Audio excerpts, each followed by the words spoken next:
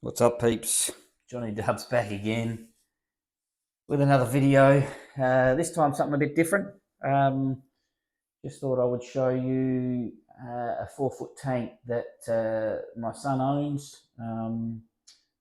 So he bought this one first, and that's what sort of made me get back into the aquascaping and fish keeping. So this one I helped him set up. Sort of, what would you call it? You can call it the fallen log, I suppose. That's probably an apt name for this scape.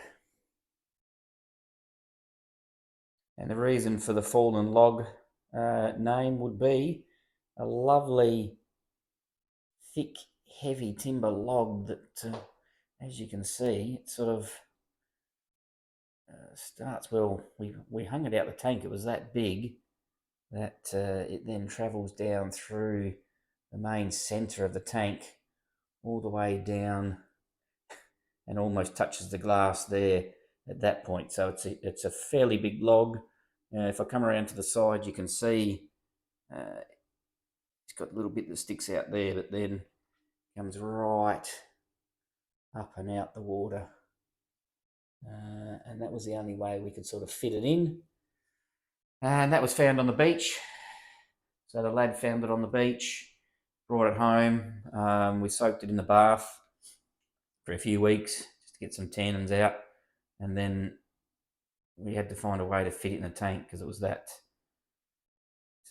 that good, such a great piece of driftwood. So we got it in there, and we thought it had a bit of drama to sort of have it sticking out.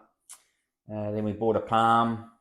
That first started, we bought that palm there just to have some greenery next to the tank. And then I thought, well, let's start doing something out of the tank. So we've got some hydrocotyle there, or that giant cardamom. We've got that growing. So it started in the water. Now it's gone terrestrial and growing up and over the log. I'm trying to get it right up to the top there. And then, yes, we bought some little plant holders that hook on the back of the glass. Might be a little bit difficult to see back there. If we can see them. Yeah. I'll post a link to those. And then I'll put some rabbit's foot fern in there and some maidenhair fern. And then we put a little palm in there as well. And they're all going well. Although maidenhair fern is showing a few brown leaves. Might have to trim those off. But overall, that sort of gave it that look of, out of the water. Then we had a couple of the same as I've got on the 3-foot at home, 2 of the Chihiros series A, no, 2 I think it is. And then some hanging kits, and we've just hung those from the ceiling with a plumb bob, try and get them in the right spot. It took a while, but it turned out well. So they're now hanging because the brackets don't sit very high above the tank. Lights could maybe go a little bit higher, we'll see, just to give some more light to those plants. But yeah, below water, some lovely Congos. They're looking in mint condition. And then there's cherry barbs in there as well. We wanted something to add a pop of colour, which they certainly do. But yeah, the Congos stand out. Beautiful fish. And they eat anything and everything as well. And then in there's also a couple of rummy noses still left over from the fish that were in here before.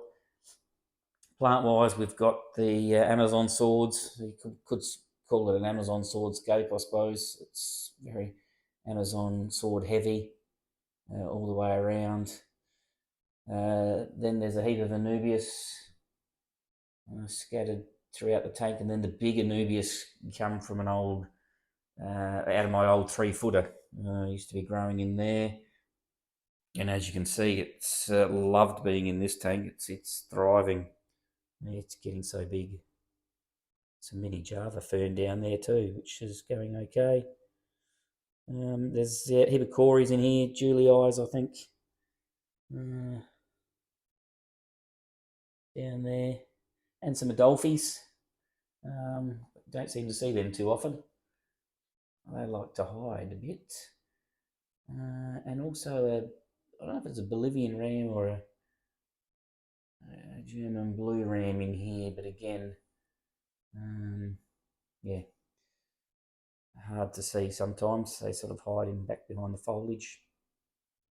And put a wave maker in here just to give some more current, I suppose, and move the water around enough for the CO2. So it does have CO2 injection. And unlike my little DIY, this is the proper CO2 bottle, the regulator on there. That's been going 3 months or more so far on this size tank, so it does last a while. Might be something I need to do. So yeah, it's looking great, this tank. It's matured, gradually maturing. Was a large algae problem at the start. You still can see, if we zoom in, you still can see bits of it on the log, especially where there was still some, I think it might have still been some sort of bark crust on there, and it's sort of, the algae is, sort of latched onto that a bit. A couple of algae eaters in there too, try and get rid of some of that algae. But overall, through those early problems, the tank is now looking schmick. So what we might do is we might give them a feed, and yeah, we'll show you that. So what we'll feed them here is we've got some micro pellets. They're always popular. All the fish seem to like those, so we'll give some of them today. And then also today, just some veggie wafers for all the bottom feeders. So, which I think you'll find, we throw in some veggie wafers, that the Congos will think yay. And the cherry barbs don't mind having a go too. So, but yeah, this is where you'll see the. I'll spread that out.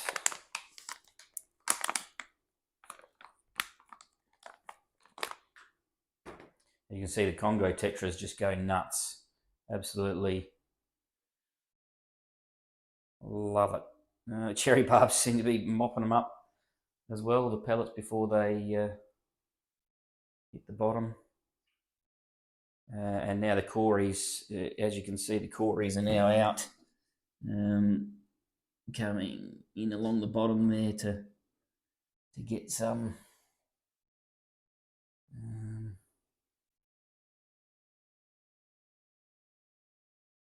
But yeah, the Congos absolutely go nuts.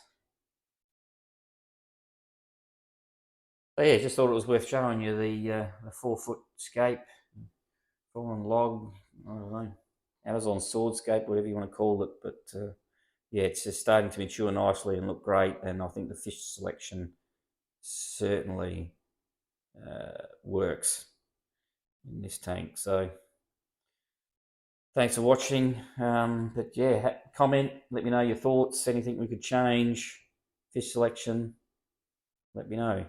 Cheers.